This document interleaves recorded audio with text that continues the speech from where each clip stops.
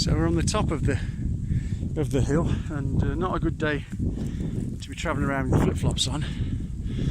But yeah, we know this land well, and the views are, well, 360 degree views. So these are the ocean view lots. Around the other side you can also have ocean view. You actually have a view of my house, because this is the hill that's in front of my house, which means I can't see over here on the other hill to the other side.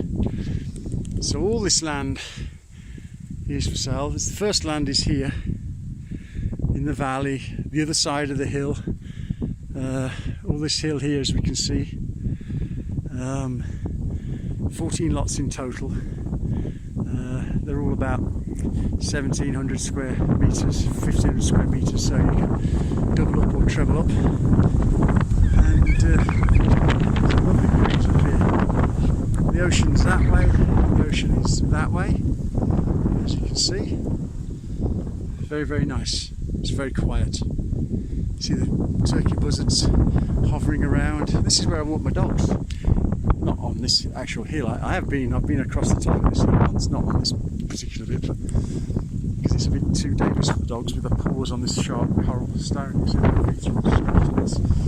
it's not the nicest sort of like check-in, but it's good.